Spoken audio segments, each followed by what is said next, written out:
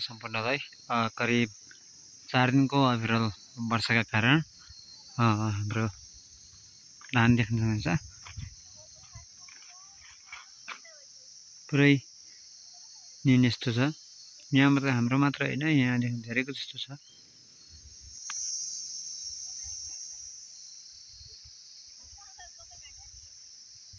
करिब अब आइतबारसम्म चाहिँ 1 हप्ता हुन्छ। यता पनि यस्तै छ, सबले काटिरहेको छ। तर अझै पनि पानी वर्षा रोकिएको छैन, पानी वर्षा परिरहेको छ। किसानहरूलाई चाहिँ एकदम समस्या छ। कोहीले चाहिँ त्यसरी कुने लागेका छन् र कोहीले राति पनि छुटेको यहाँ तपाईले थाहा पाउन सक्नुहुन्छ। हामीले यो चाहिँ खोलाखेत भन्ने ठाउँ हो, साबिक पुरनचोर गाविसको वडा कार्यालय नजिक रहेको। यहाँबाट हालसम्म पुरै काटिएको छ। तपाईँ देख्नुहुन्छ पुरै रूपमा सबले धान काटेका छन्। यहाँ तलसम्म हाम्रो पुरै नीन छ।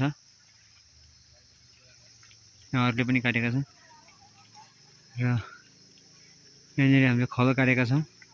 कुनै पनि बेला घाम लागेर सुक्यो भने चाहिँ हामीले लाउनको लागि